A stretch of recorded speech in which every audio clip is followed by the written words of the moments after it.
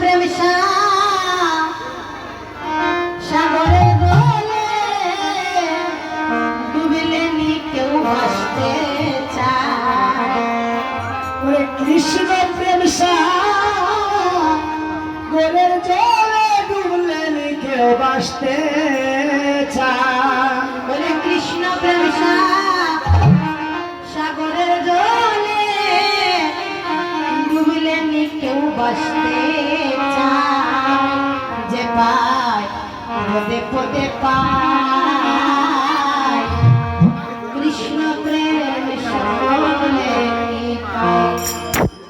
যে পায় পদে পদে পায়, যে পায় পদে পদে পায় কৃষ্ণ প্রেম সকলে পায়। যে পায় পদে পদে